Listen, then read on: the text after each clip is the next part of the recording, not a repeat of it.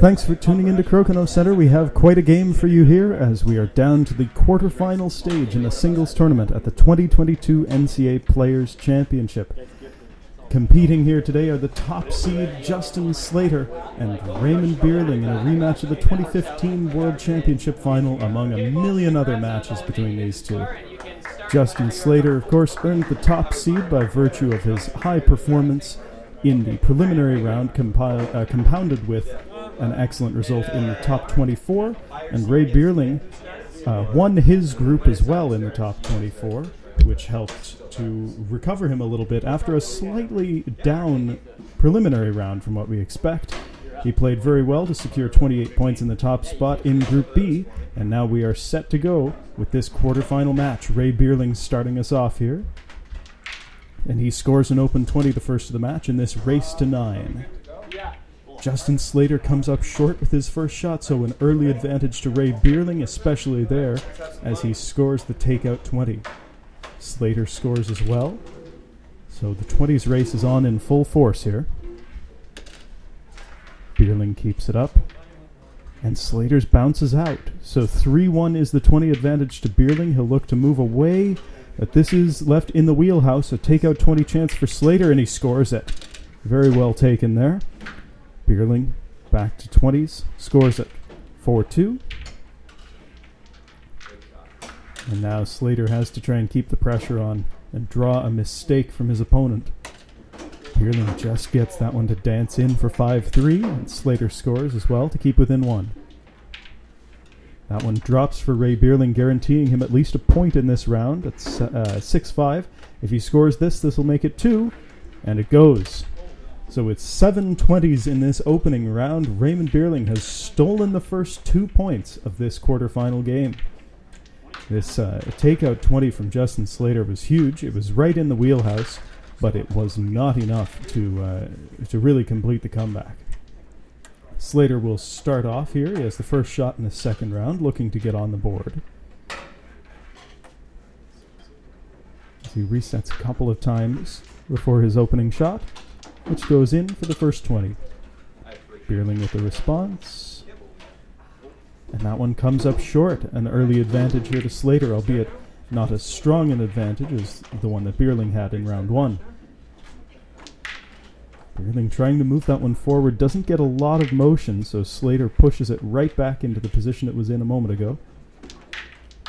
Oh, Beerling tried to force into the middle, but got away with it. This is in a good position.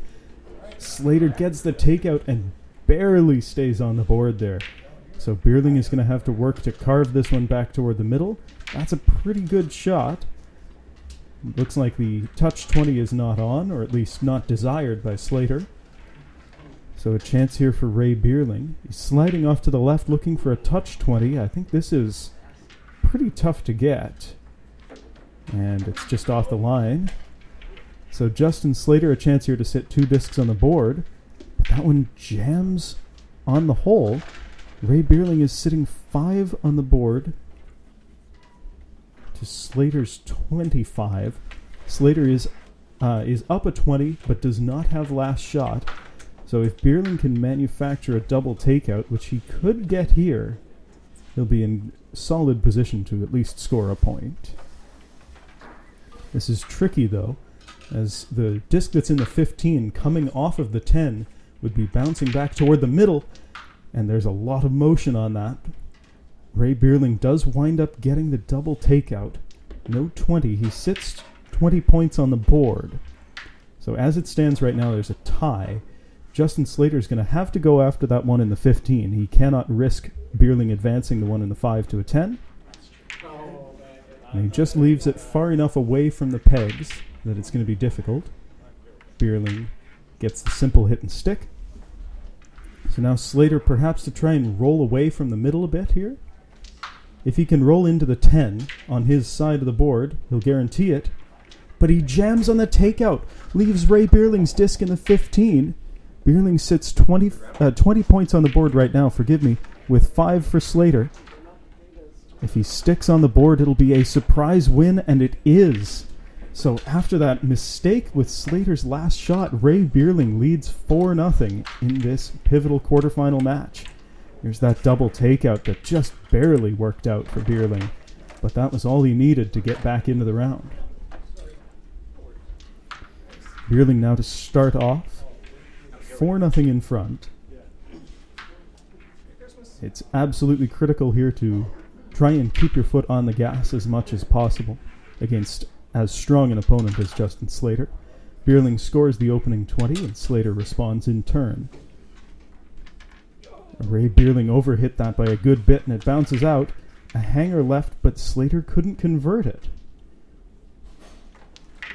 So tied in the 20s, Slater's hammer and a disc in the 15. Slater eyeing up the best possible line to take this out and leave minimal opportunity for Beerling. And he chooses to put it right on the peg there. That's a very nice position. Let's see what Beerling can manufacture out of this. He didn't sound happy with that, but it's a decent result. 4 shots left for each player at the halfway point of the round. This is no good. This leaves an opportunity here for Slater to get play fully onto his side of the board and force a peel. He resets and moves this into the middle. Beerling can carve this back toward the 15 here. I don't know if the 20's on, but he won't love that. Slater could perhaps move this forward a little bit. I think there's a 20 chance on right here, if Beerling can catch this just right. And he does. Great shot for Ray Beerling to take the 20 lead. Slater with hammer scores to tie it up at 2. Last shots each. These are huge. Beerling scores, guaranteeing at least a point. Slater to tie. Yes. 3 20s apiece in this pivotal third round, and Ray Beerling extends his lead to 5-1. Care of that huge in-off 20. Some pretty good shooting from Raymond Beerling. Slater has struggled a little bit to get the feel of this board, particularly in the open 20s. There haven't been a lot of misses, frankly, but Slater's misses have been far more consequential. Slater starts off this 4th round with an open 20 make. Ray Beerling now scores in response.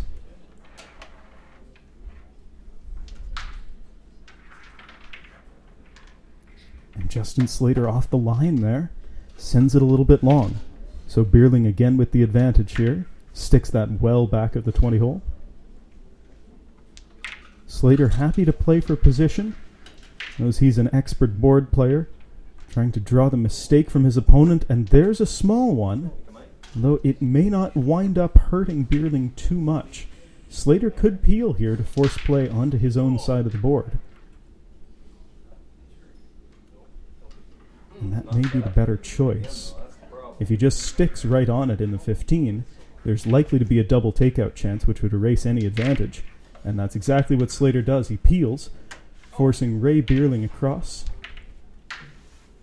And now Slater can attempt to hide behind a peg. Drawing this one up and brings it in a decent placement. And it draws the mistake from Beerling. So an open 20 chance here for Justin Slater to get right back into this, but it lips out on him. Oh, a pivotal miss there. And Beerling collects. He scores the takeout 20. Justin Slater comes up short on the response. So Beerling gets actually a really good reaction off that.